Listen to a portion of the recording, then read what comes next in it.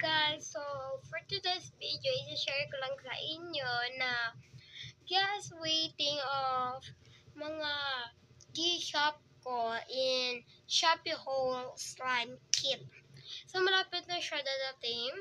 Pag dadating na siya, like yung mga activator, air dry clay, mga shaving foam, is gagawa ako ng slime vlog in YouTube din. Dito ko din ipopost. So, just waiting na lang into Wednesday, dadating yung, ano ba yun tawag dun?